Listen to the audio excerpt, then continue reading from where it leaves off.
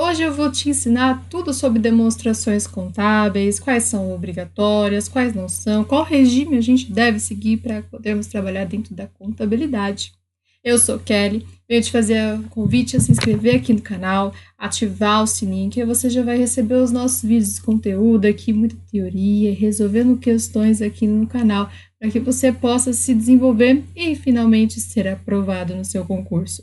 Bom, como eu falei, hoje a nossa aula aqui, ela vai voltar direcionada aqui para as demonstrações contábeis, tá bom? A gente vai entender que nós temos aqui nas demonstrações contábeis uma forte influência norte-americana aqui, sim. A gente vai poder, inclusive, comparar aqui com os pronunciamentos contábeis já existentes aqui no Brasil. Vamos observar que elas são exigidas no fim do seu exercício social. A gente vai ver que quem elabora é a diretoria, né? Então, ela vai ser aqui responsável, né, também de enviar todos os dados para que ocorra aqui a escrituração de uma melhor forma, né? E sempre buscando aqui, claro, a clareza, né, em relação à situação do patrimônio aqui que estamos falando, né? Principalmente as mutações que ocorreram ao longo desse exercício social aqui, tá bom? Então, vamos ver aqui que vamos começar até falando, né, essas declarações, que é a nossa lei 6.404, né, de 76, ela tem que seguir, né, todos esses detalhes que eu falei.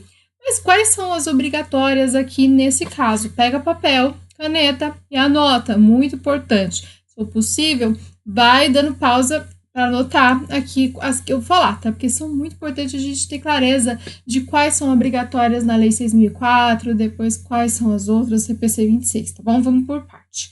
Vamos lá. Obrigatório aqui na Lei 6.404 de 1976, né? A nossa famosa, inclusive, Lei das SAs, né? Deixa eu ver que é obrigatório balanço patrimonial, a demonstração aqui tanto de lucros como prejuízos acumulados, tá? A demonstração do resultado de exercício, né, a famosa DRE, a demonstração de fluxos de caixa.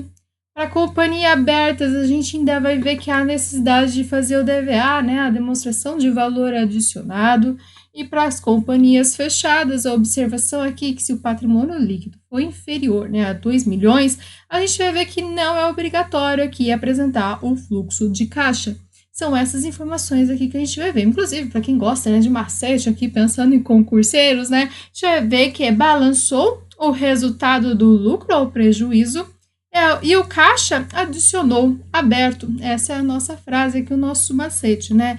Balanço patrimonial, demonstração de lucros e resultados, né? Resultado, né, DRE, o caixa, né, refluxos de caixa, adicionou DVA, né? E aqui aberto, né, também a gente observa, tá? Vamos encontrar aqui que essas são as demonstrações contábeis obrigatórias dentro das 6.404 de 76, tá bom? Muito, muito importante. Vamos encontrar tipos, né, porque a gente está falando da lei das SAs, né, então a gente vai falar de tipos de SA que existem hoje. Encontramos a que é aberta, né, que a gente vê que ela comercializa seus títulos e valores mobiliários no mercado aqui de valores mobiliários, tá bom? E as fechadas, que é simples, não faz, não comercializa, não tem esse negócio de título, não está presente lá no mercado aqui de valores imobiliários, tá bom? Muito importante a gente falar isso. Vamos ainda encontrar possíveis esclarecimentos aqui para que a gente possa entender sobre as companhias abertas no primeiro momento. Elas têm aqui a questão da demonstração, tanto do lucro ou prejuízo acumulado, estar contido dentro da DMPL. Então, uma possibilidade de você, ao invés de ter duas demonstrações à parte, você elabora as duas em uma, né? A DMPL, essa informação guarda, porque ela despenca em prova. Assim como eu gostaria que você, inclusive, deixasse aqui a chuva de likes, que é muito importante. Toda vez que você deixa a sua chuva de likes, quando você se inscreve aqui no canal, você ajuda a gente a crescer, porque a gente está aqui oferecendo conteúdo para vocês aqui também, de uma forma bem acessível. Então, aproveita, se inscreva aqui e ajude a gente também a continuar chegando com mais vídeos, tá bom? Muito importante.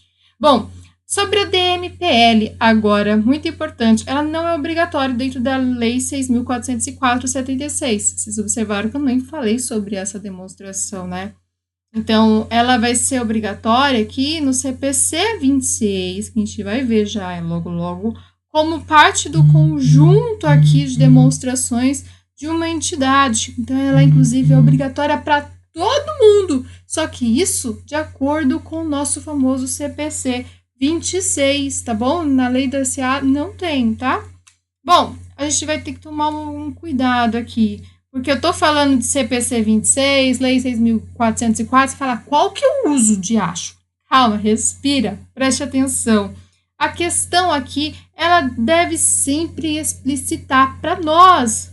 Estamos fazendo a prova, né? Tem que ter clareza, me apresentar que clareza, se me pede, por exemplo, o conjunto completo das demonstrações, olha só, conjunto completo, já sei que está puxando aqui para o CP626. E olha só, ele ainda pode falar que de acordo com as normas da contabilidade em vigor, né, que eram os termos do CPC 26, ele sempre tem que trazer isso muito claro, se possível falando, ó, de acordo com a Lei 6.404 ou de acordo com o CPC 26, tá?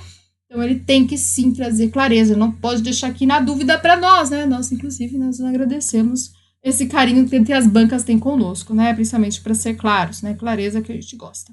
Existe uma demonstração chamada DOAR, né? Que é a demonstração de origens e aplicações de recursos. Gente, ela deixou de ser obrigatória, mas falar que ela deixou de ser obrigatória não significa que ela está extinta, tá? Ela não está extinta, tá bom? E guarda essa informação, porque pode ser uma boa forma de ter pegadinha, né? De bancas. O DRA, né, a demonstração aqui de resultado abrangente, que é diferente do DVA, cuidado, tem gente no início, né, que está iniciando estudos na contabilidade, se perde. Eu passei por isso, às vezes eu confundia DRA com DVA, tá? O meu valor adicionado, e aqui é o resultado abrangente. O que ela fala? Que não está previsto lá no 6.404 de 76, tanto que eu nem citei ela, se vocês observarem, tá? O que ela faz, né? Ela quer evidenciar tanto as receitas, né, como as despesas, e você fala, nossa, ela é resultado abrangente. Pois é, mas não vai estar lá reconhecido no resultado. Ela vai diretamente para o nosso patrimônio líquido, tá bom? Muito importante vocês entenderem isso. Agora sim, vamos falar do nosso CPC 26. Finalmente, Kelly, finalmente. Pega papel, caneta aí, continua anotando a caneta aí, hein? Que você já tá anotando, né? Desde o início da aula, eu tô pedindo para você anotar. Vamos lá. Ela aqui, ela vai ser diferente em certos pontos da nossa 6.404 de 76, tá? Porque ela vai me trazer aqui uma obrigações, inclusive um pouco maior do que a nossa lei 6.404.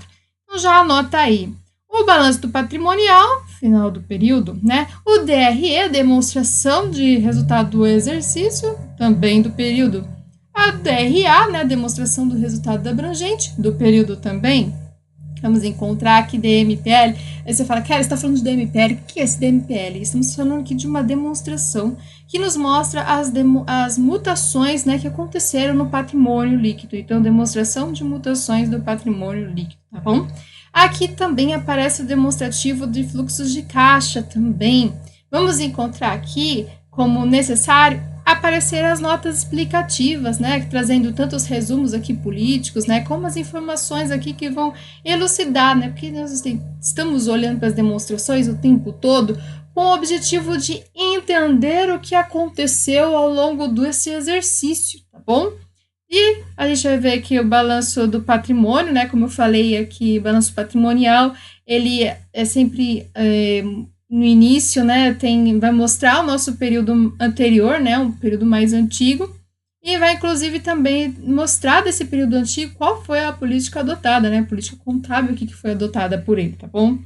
Outra intenção que a gente tem que falar, que é a própria DVA, né, a demonstração de valor adicionado, ela vai ser, inclusive, conforme o CPC 09 vai nos orientar sobre o TVA, tá bom? Então, aqui também aparece como obrigatórios, tá? Vamos ver. Estamos falando aqui de obrigações, mas não há hierarquia. Eu estou falando de igualdade, principalmente de importância para que todas essas demonstrações elas aconteçam. Aí você fala, nossa, Kelly, não sabia, mas notas explicativas é uma demonstração? Não é, meu querido, já anota aí. ele não é uma demonstração, mas ele está compondo aqui o conjunto para que tenhamos mais inteligência aqui para compreendermos, né, interpretarmos o que está acontecendo com essa entidade ao longo desse ano.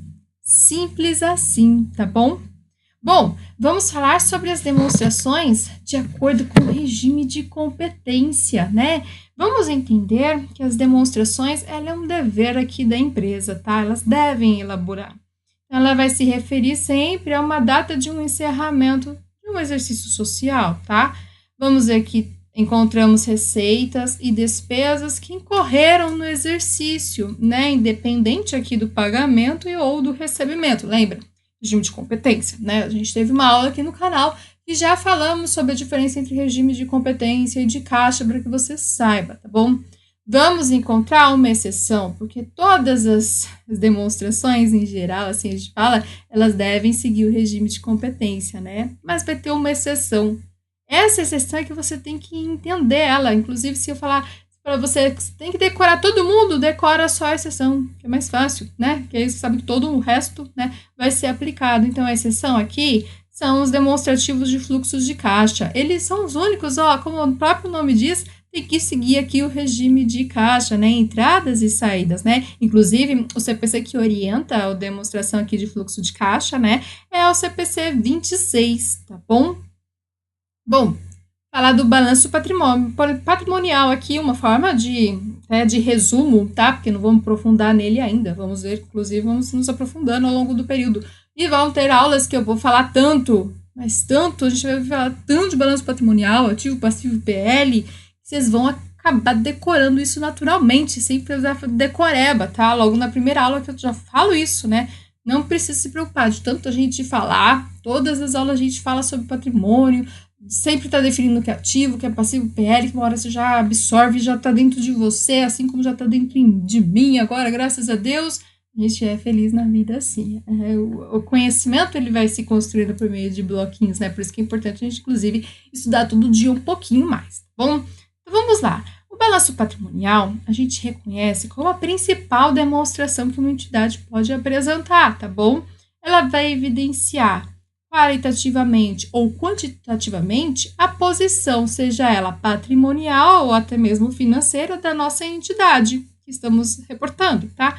Ela vai apresentar, lembra? Falei na primeira aula, conjunto de bens, direitos e obrigações, é aquela posição mais estática, aquela fotografia, né, de um determinado momento da entidade, tá bom? Nós temos regras que devem ser seguidas para elaborar e até mesmo publicar as demonstrações contábeis. Não é de qualquer jeito, porque você imagina, cada empresa fazendo de um jeito, eu lá quero investir numa empresa, eu quero pegar meu dinheirinho e investir numa empresa.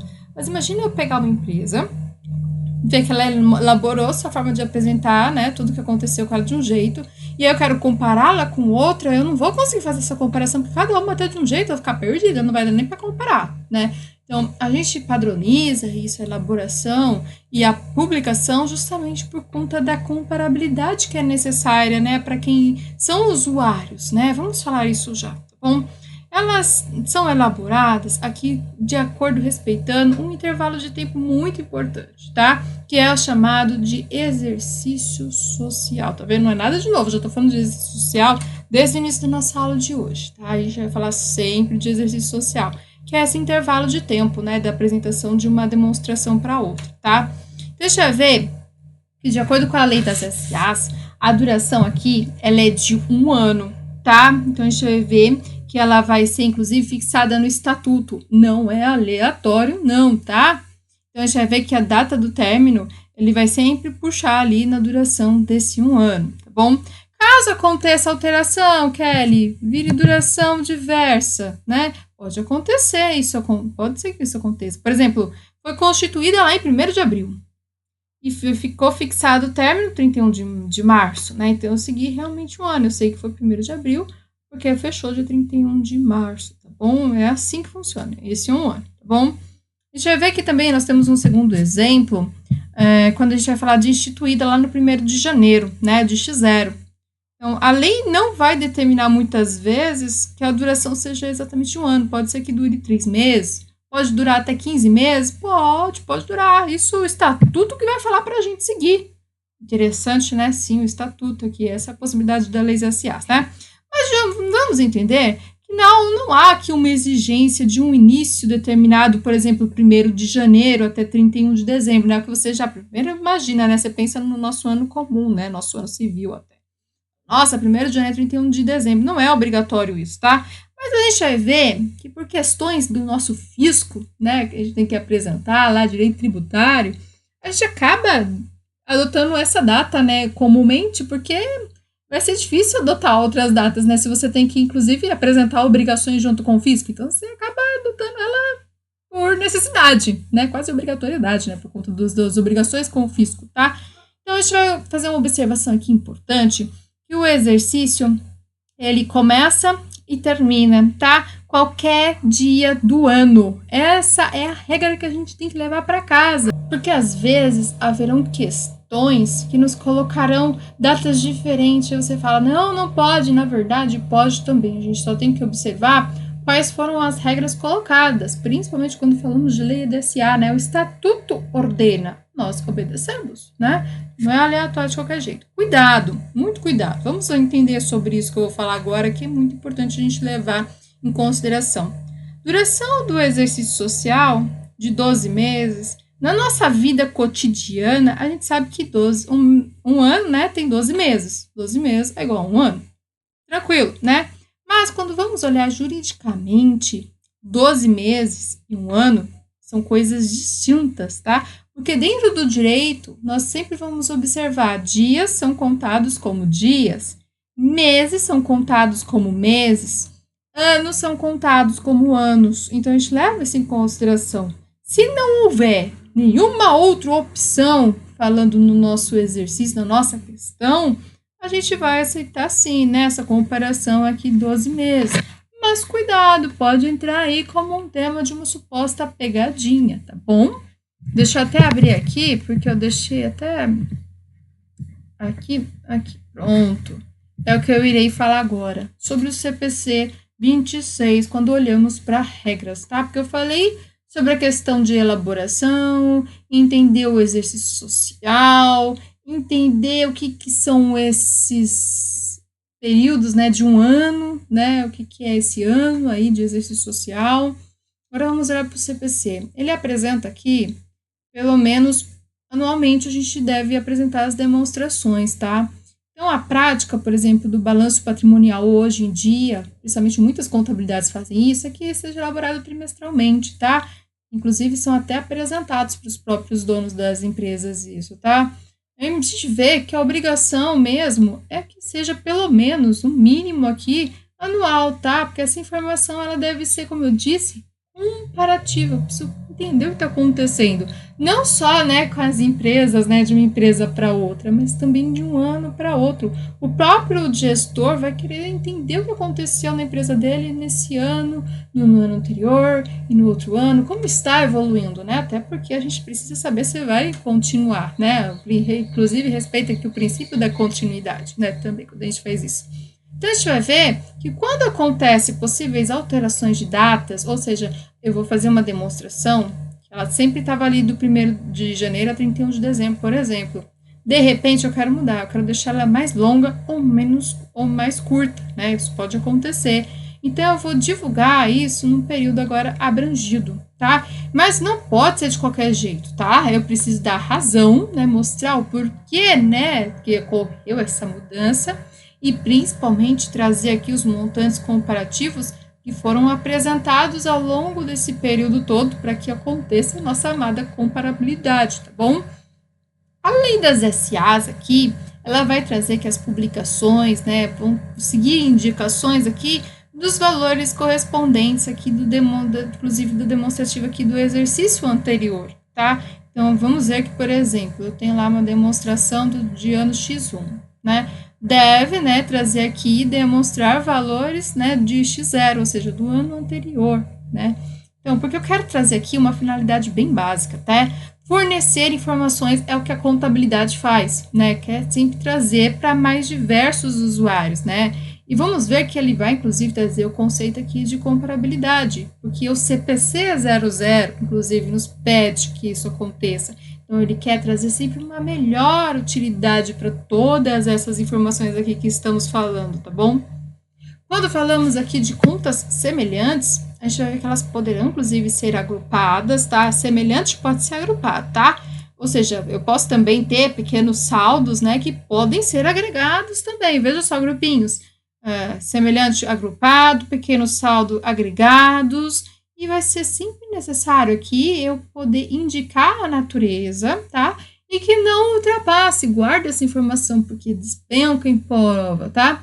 0,1 décimo, ou seja, 10% do valor, tá? Do valor do respectivo grupo, tá bom? A gente vai ver que essas contas aqui semelhantes, elas são contas aqui com certificado bancário, por exemplo, né? Ou eu vou ver aplicações de fundo de renda fixa, são duas contas aqui diferentes. Eu posso pegar elas duas, aplicar, né? Agrupar nelas e chamar elas de aplicações financeiras. Posso, porque são contas com a mesma natureza aqui, né? Então, conta certificado bancário, aplicação de fundo de renda fixa, eu consigo colocar todo num bloquinho chamado aplicações financeiras. Que alegria, sim, isso é possível, tá? O que vai ser vedado aqui? Designar genericamente, ou seja, eu pegar diversas contas e diversas contas correntes, né? Sair fazendo de qualquer jeito, não pode, porque eu vou ter um entendimento aqui que ele seja mais fácil aqui para as demonstrações contábeis, tá? Que eu vou buscar evitar um excesso aqui de detalhes, né? Que vai, inclusive, prejudicar o entendimento. Veja só esse exemplo, por exemplo. Eu tenho uma empresa bem grande. Ela fatura 100 bilhões. Olha só quanto que ela fatura. Imagina o quanto que ela tem de detalhe para cada item. Aí eu te pergunto, imagina se eu quiser detalhar cada um desses itens, por exemplo, de estoque, ou só falar de almoxarifado. Meu Deus do céu, se torna extremamente inviável. Você não vai fazer isso. Então, você vai agrupar alguns grupos, né? De uma forma que fique interessante. Mas cuidado com o nosso 0,1 décimo, que eu falei que despenca, tá? Porque a gente tem que levar isso em consideração, principalmente não só para resolver o exercício da prova, né?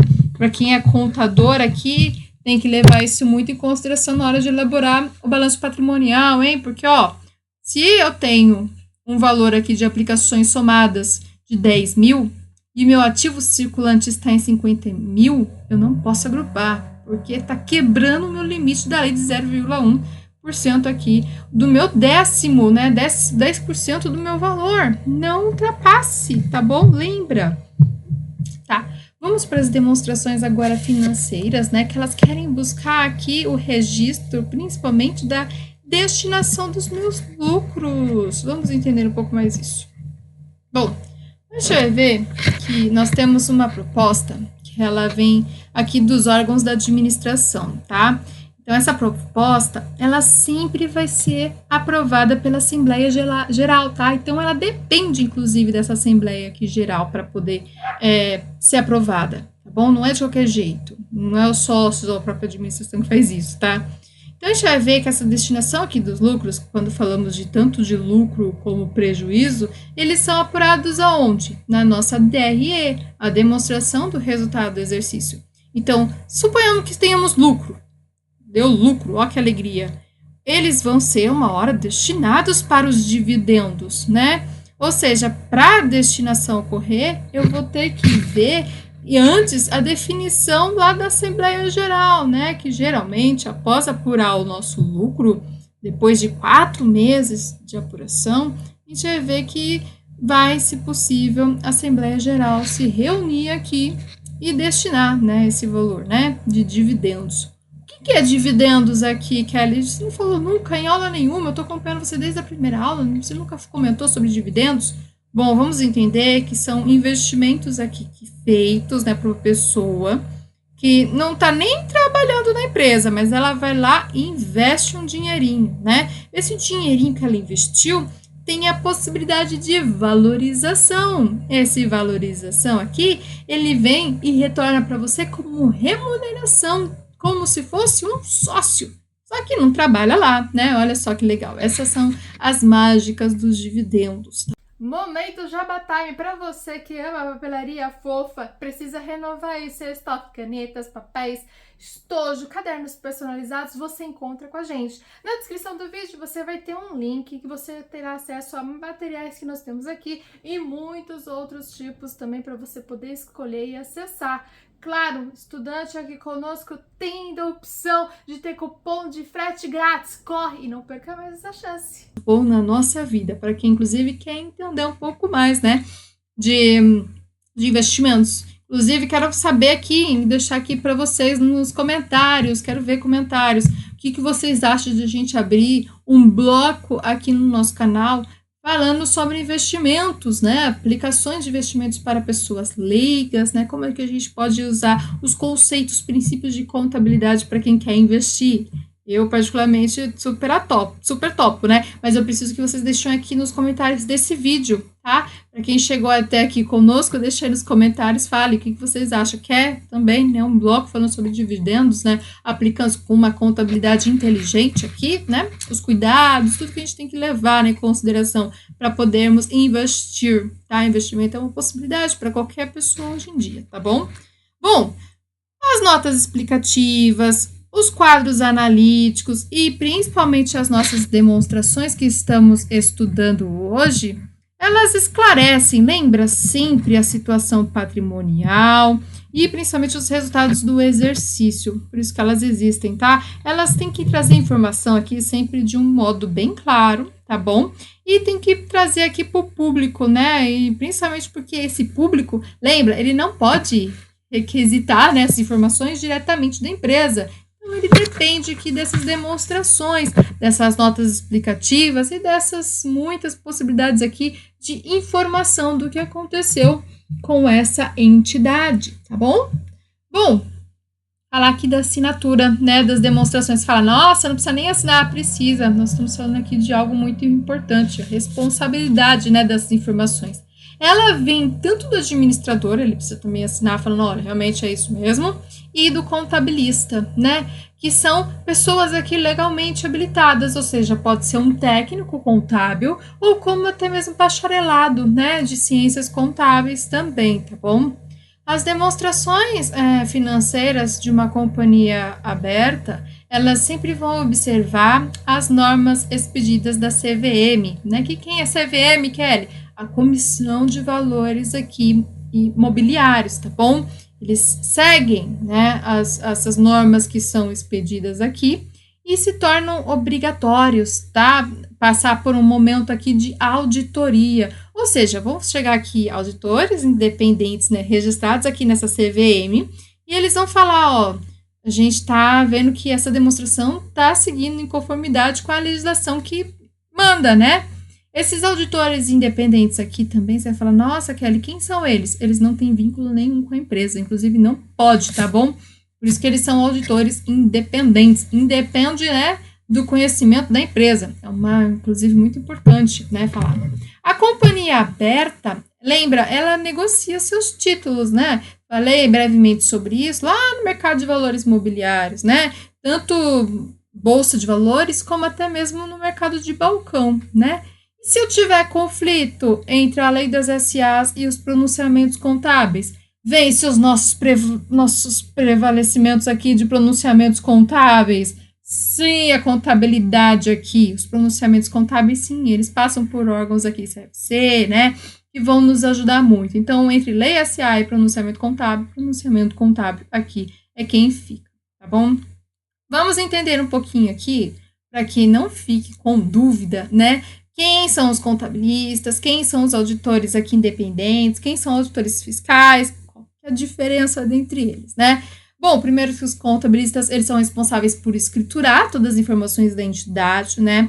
Eles vão, inclusive, elaborar as demonstrações contábeis por meio dessa escrituração, né? Com base na escrituração que eles realizaram durante o ano, né? E, principalmente, vão publicar essa demonstração contábil. Porque aí sim, chega aqui o auditor independente, né, e ele vai vir, né, que tem que ter o registro no CVM, né, Comissão de Valores Imobiliários aqui, não tem nenhum vínculo com a empresa, é uma obrigatoriedade, é uma informação aqui muito importante que temos que seguir, e vai vir analisar, né, falar se está de acordo ou não com as normas aqui que são necessárias para elaborar as demonstrações contábeis. Como eu disse, temos que seguir normas, não é aleatório, temos regras para seguir, né? Quanto mais a gente estuda, mais percebe que mais precisa estudar. Essa é a realidade do contador brasileiro, porque, inclusive, nossas normas e principalmente o direito no Brasil vive mudando, né? Então a gente tem que estar sempre se adaptando, bom? Os auditores fiscais, eles em comparação, né, eles vêm como agentes do fisco. Tá vendo? Não são auditores independentes, são prestadores aqui, basicamente estão em nome do fisco. Então eles usam a escrituração contábil, né? Para quê? Para verificar, né, uma correta aqui apuração dos tributos, né, que são devidos para o nosso governo. Então eles estão trabalhando em nome do governo para que aí sim eles consigam tributar aqui de uma forma muito eficiente, tá bom? Essas aqui são as regras que devemos seguir na hora de pensarmos e até mesmo elaborarmos demonstrações contábeis, ok? Como eu disse, seguimos aqui, inclusive, aqui ao todo o universo do planeta todo, né, que tenta falar de contabilidade. Porque agora falaremos sobre conceitos aqui de grupos patrimoniais.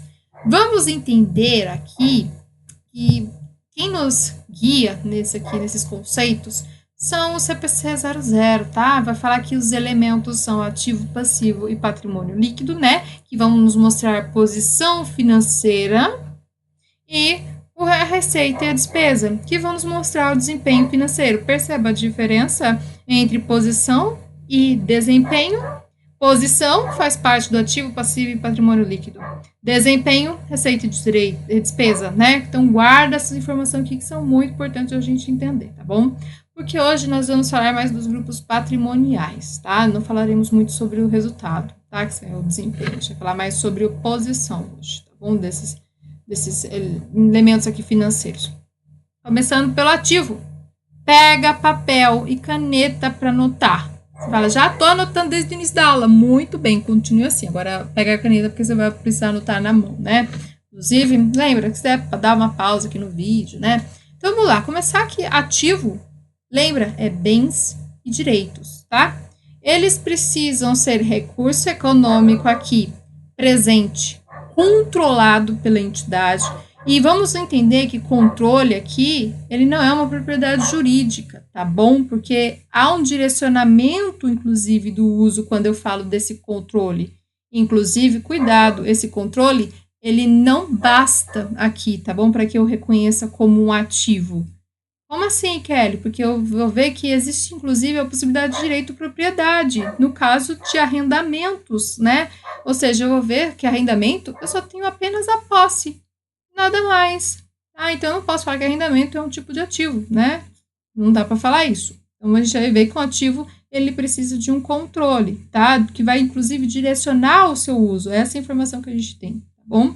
Eles aqui precisam obter os nossos benefícios econômicos. Por exemplo, eu tenho aqui um bem que é alugado. Em certas situações, ele vai ser um ativo aqui da empresa, né? Como eu entendi que tem que me trazer um benefício aqui, um retorno financeiro, tá bom? Porque eu vou analisar a necessidade também de ser um potencial de benefícios econômicos. Essa, sim, é a necessidade fundamental para se reconhecer um ativo. Tá? Porque eu vou ver, por exemplo, receber fluxos de caixa, né? Ou entender que aqui acontece uma troca de recursos, né? Com partes aqui de condições favoráveis, tá? Porque eu não posso, inclusive, ter um veículo aqui de 10 mil e ele sofre por um acaso um acidente, ele basicamente vira uma sucata, então ele não vai valer mais. Então eu não vou classificar ele aqui como ativo, tá? Ele tem que me trazer aqui potencial de benefício econômico, tá? Din-din, tá? Essa é a necessidade fundamental, tá? E ele também aqui é resultado de eventos passados, ou seja, algo que já aconteceu, tá? Não vai entrar aqui, nesse caso, a intenção de comprar, porque é só uma intenção. A intenção às vezes nem vira, né? Mesmo se eu quiser fazer aqui vender estoques, né? Então, tem que ser algo que já aconteceu. Bom, e aí você pergunta, Kelly, e caso eu tenha comprado mercadorias, mas eles não me geraram, nem tenho a possibilidade de reconhecer lucro, né, benefícios com ele? Bom, Caso eu tenha gastos, né, com essa compra, por exemplo, de uma mercadoria que não tem previsão, né, de me trazer benefícios econômicos, eu vou reconhecer ele aqui como despesa. Vai lá para minha demonstração de resultado do exercício, para minha DRE, tá bom? Porque eu preciso aqui ter um grau de certeza, né? E aqui não tenho, ele é insuficiente nesse caso, né? Então, não gerou lucro ou benefícios, ele se torna basicamente irrelevante, porque eu vou ter que ter o que aqui para observar o não estado, né, de relevância aqui, uma irrelevância mesmo, como eu já estava mencionando, né? Não adianta falar que só tem a propriedade legal, tá? Porque eu tenho o caso do arrendamento aqui como exemplo que não serve, tá bom? A forma física dele também não me interessa, porque eu posso ter ativos aqui que são intangíveis, tá? Então, falar que a forma física, né, palpável, não vai ser classificação aqui para ativo. E que tenha se efetuado aqui o gasto, como eu te disse, né? Pode até ter ganho um terreno, né, do governo, né? Então, vai ser irrelevante aqui para a definição do meu, que é o ativo, né? Então, vamos para o passivo, né? Entendido aqui o ativo. Partiremos para o nosso querido passivo, que é conhecido aqui como obrigações com terceiros, né? Que é o que eu falo desde a primeira aula, né? Passivo são as obrigações com terceiros, né? É uma obrigação aqui que eu reconheço como presente, tá? Então, é um dever aqui, uma responsabilidade que a entidade tem, tá bom? Então, não há capacidade aqui mais prática de ser evitado, tá bom? Então, não entra aqui gastos previstos ou até mesmo esperados, tá bom?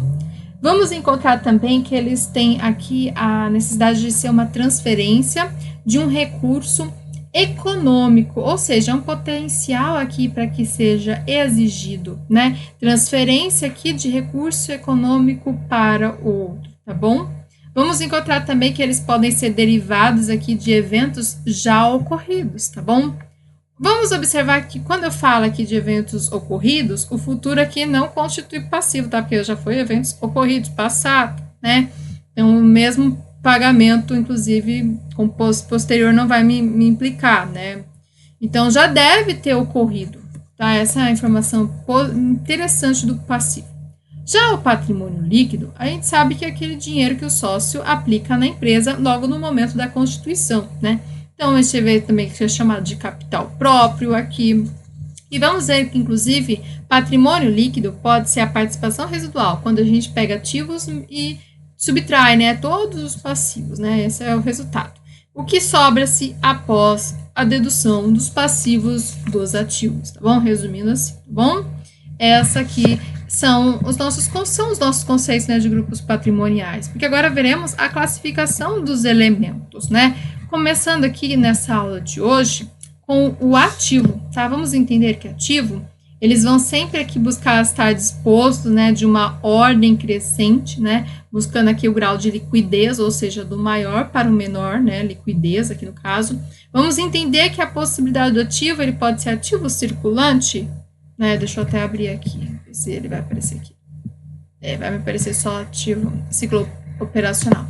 Então, vamos encontrar um ativo aqui chamado ativo circulante, ou seja, eu vou ter mais conversibilidade aqui, né? Poder converter ele em dinheiro mais fácil, por exemplo, conta caixa, é o caso das aplicações financeiras. Vamos encontrar aqui a possibilidade de uma liquidez chamada liquidez imediata, tá?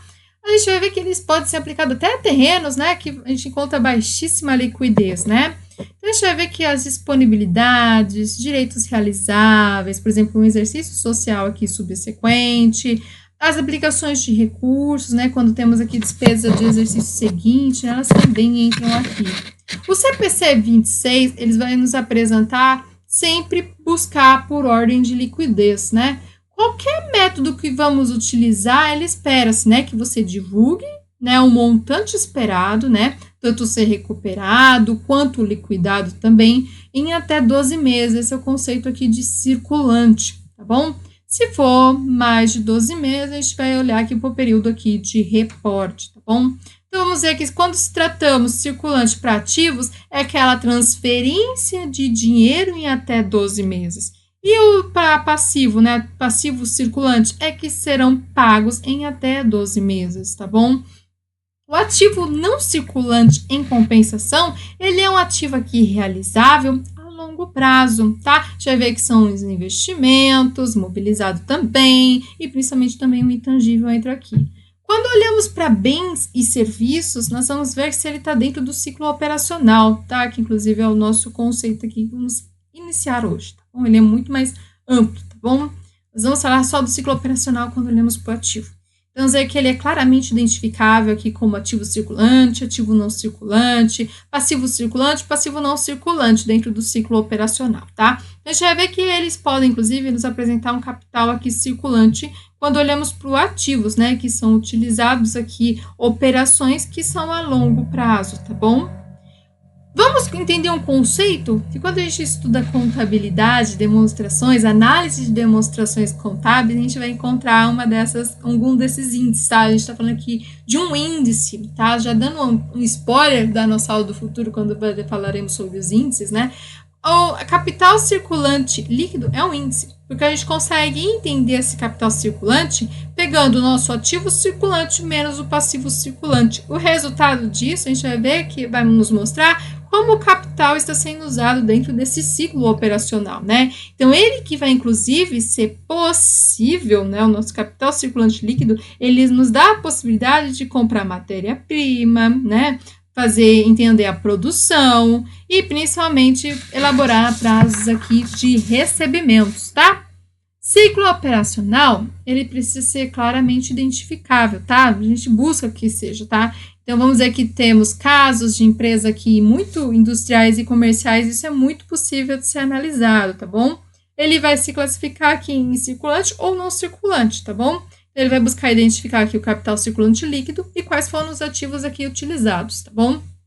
Mas vamos ver que vamos encontrar ciclos operacionais quando, inclusive, não são claramente identificados, tá? Então, a gente vai ver que tem um tempo aqui da empresa para que se compre o ativo, né? Estoque, produza, né? Venda e, principalmente, receba, tá? A gente está sempre buscando entender isso das empresas. Esse tempo aqui da aquisição dos ativos e a realização aqui de caixa é o que a gente vai nos entender, vai nos preocupar, né? Então, às vezes não é claramente, tá? Então, presupõe-se, no caso, se não está claramente, é que demora-se aí o ciclo operacional 12 meses, tá bom? Esse é o tempo dele, quando não for claramente identificado, tá bom? Então, vamos observar que temos alguns casos muito específicos, né? Como são as instituições financeiras, né?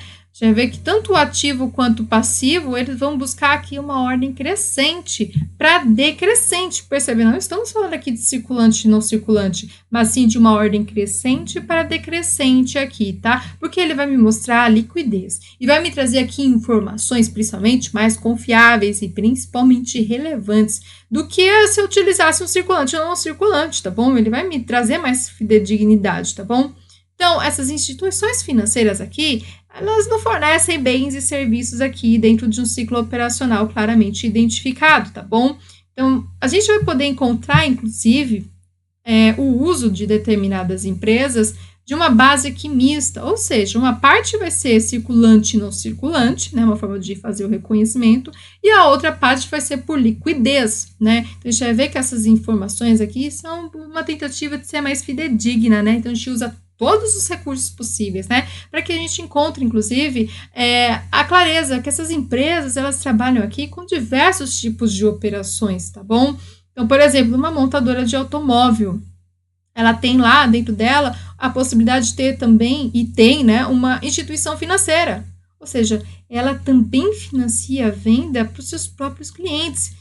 Quem nunca viu uma Renner da vida, né? Que tem lá a sua loja, né, de departamentos de roupas, enfim, acessórios no geral, e percebem, os clientes não têm dinheiro, vou criar um banco, uma instituição financeira aqui dentro, para que meus clientes amados façam, né, um empréstimo comigo, parcele e fique pagando para mim também. Olha só, virou aí uma base mista, né, de possibilidades aqui, tanto para circulante e não circulante, ou até mesmo liquidez. Ele vai observar esse ciclo aqui operacional que ele acaba criando e possibilitando, né, as vendas aconteçam, né. Então, a gente vai ver isso acontecendo muito forte. Quando falamos de liquidez, a gente sempre está pensando na forma mais genérica, tá bom? Ou seja, se meu ativo, eu vou olhar se ele tem um grau maior, inclusive, de conversibilidade, né, em dinheiro, e se meu passivo, ele vai ter vai me mostrar quais são as dívidas que vencem aqui. Primeiro, tá bom? Esses são os conceitos básicos. Devemos levar sim para casa hoje. Tem dúvida? Volta, né? Escreva. Eu sempre peço aqui para que vocês escrevam. Tirem aqui suas dúvidas. Claro, né? Deixa aqui a chuva de likes. Se inscreva aqui no canal. Nos vemos na nossa próxima aula. Um beijão. Tchau, tchau.